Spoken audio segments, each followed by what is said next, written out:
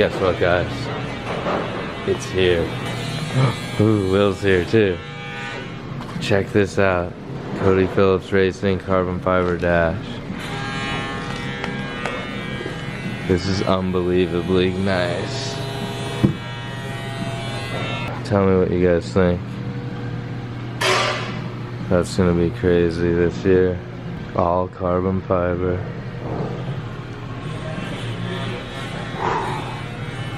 Gonna be crazy. Just imagine like one toggle switch, keypad, steering column coming through here, dash right behind there, or maybe floating in front of it. Oh my gosh.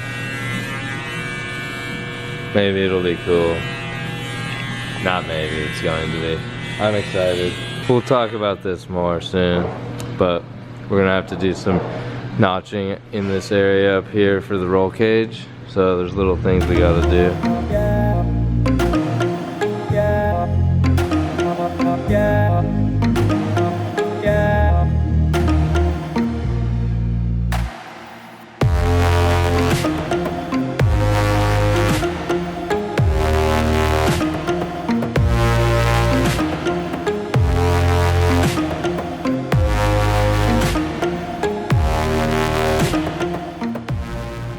Subframe about ready to put in.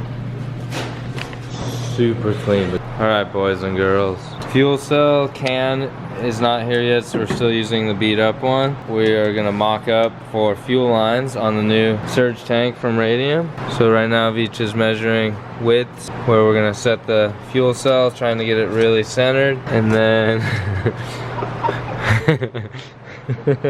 we're gonna make a fuel vent that could come.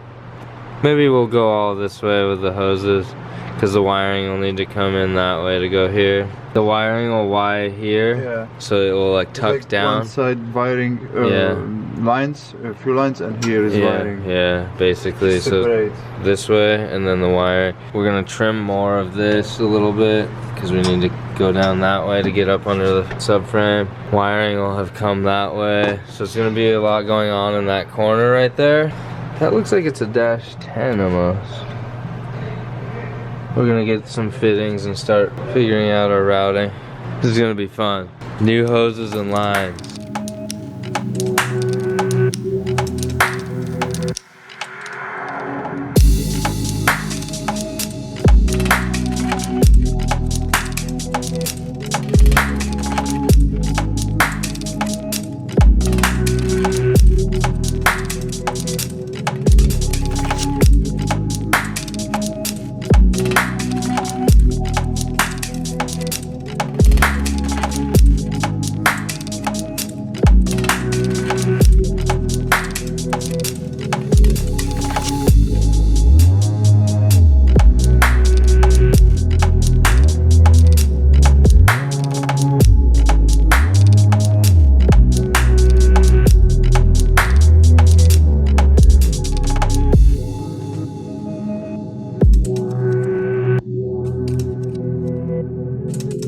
We are doing some of the bigger hoses now.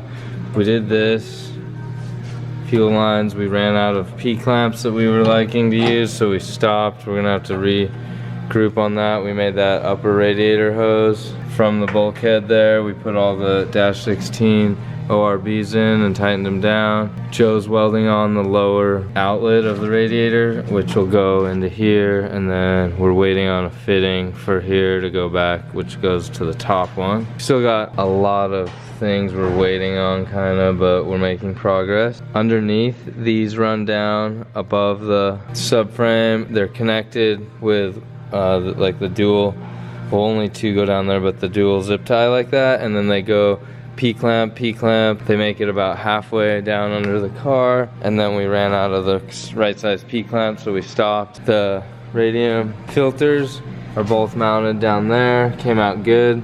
They're staggered. There's a dash 10 coming over to that, and it's gonna Y and then go into the Radium filters. Both ends of the rail will be fed with a dash 8, but it's wide right before that with a dash 10.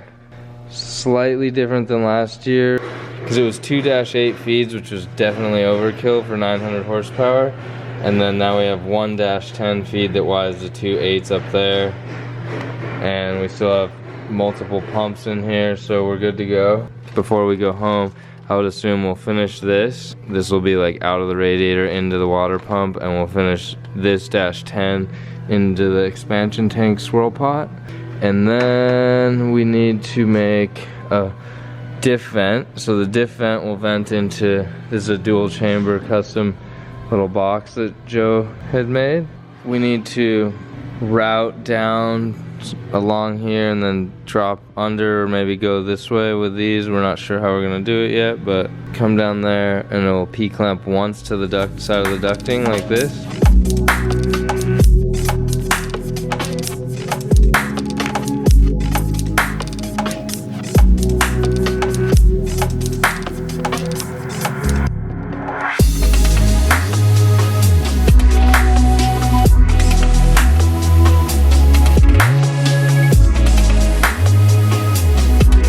And then a cool little feature we're gonna use is this radium quick disconnect.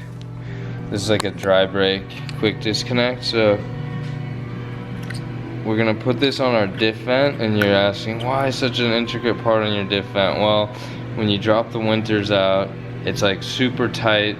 The vent is up at the very top, and you can't get a wrench in there, and then you'd have to like route the whole hose out of the way all crazy. Every time, some reason, we forget to undo that AN line on the top, and then you're like trying to hold this diff, and it's just this big cumbersome thing. Here's an example. Here's Chris Forsberg's diff vent, -6. Here's my diff vent on this one, and there it is on that one. I had a -4 going on that one, and that's just to relieve pressure out of the diff. And sometimes so much pressure happens and you have so much wheel speed, it'll spit oil back up there, and that's why we have it so far up on that tank, so it can spit it up the hose, up this guy, all the way up, and fill this up if it needs. Then it'll drain back down in theory. I mean, it might not, but we're hoping it will. Let's get back to work, and then I'll update you guys in a little bit here. Oh, wait. But check this out. Joe made this today. What? Looks like Rory's that he had. So now the coils are gonna go in behind that firewall plate and be back in there, and the wires will come out. That's the new setup. Oh yeah, we put this guy in because we're getting ready to mount a filter block. I don't think we can mount that yet actually until we have placement of the oil cooler and the placement of the treadstone intercooler, because if we were to mount it... It's not oil cooler, it's heat exchange, right? Heat exchange, yeah. Well, it cools your oil though. Yeah. Alright, well, we gotta make some more noises. Okay, end of day recap. Lots of XRP plumbing was completed. We switched it up a little bit and went with Pro Plus XM. It's really lightweight, looks good, it's black, and the monofilament outside, and then we use super nickel collars. Pretty excited about that. Then we got this guy mostly plumbed. We're not able to finish because we need a certain fitting that I'll get on Monday. We weren't able to finish this. We're waiting for a fitting we get on Monday. But other than that, the back is plumbed, and we got most of the way to the front. There's a couple list of things we need. Most likely what's gonna happen is we won't get back on the fuel lines until Tuesday night. It's gonna be super stealth over to that side, and we're gonna have a lot of open engine bay room because now we're moving the coils even further away, so it's just getting more and more simple in here, easier to work on. We're excited about it. Got a long way to go. We still have firewall to work on, lots of other fab stuff. We have like 17 days till I leave to Norway. Hopefully we can get a lot of stuff done between now and then. Maybe dismantle a bunch of stuff and drop it at powder coat before I leave. Then when I get back, pick it up from powder coat and go at it again to rebuild and continue on. Maybe let's say March 10th, we're at the dyno or something like that, so we can make some power. Pretty excited about how those turned out. That's cool. And that's literally the only thing on the side of the motor this year. Where can you buy those? You can buy most of everything you see on Rad Parts Store. Except custom fab work like that, then you gotta come to Rad Industries. This Rad Parts Store. This, Rad Parts Store, Rad Parts Store, XRP. You'd have to email us and we could set that up, but there's way too many parts. Renee would have a mind explosion if that was on the website. Getting there, working off the spreadsheets. Yeah. Wise Fab, Reinhardt, Stance. We can get all that for you guys. Let us know if there's anything else that you guys would like to see on there so you can help support Rad. Okay guys, well, we'll be back tomorrow. For you guys, it'll be like a snap of a finger. See you soon.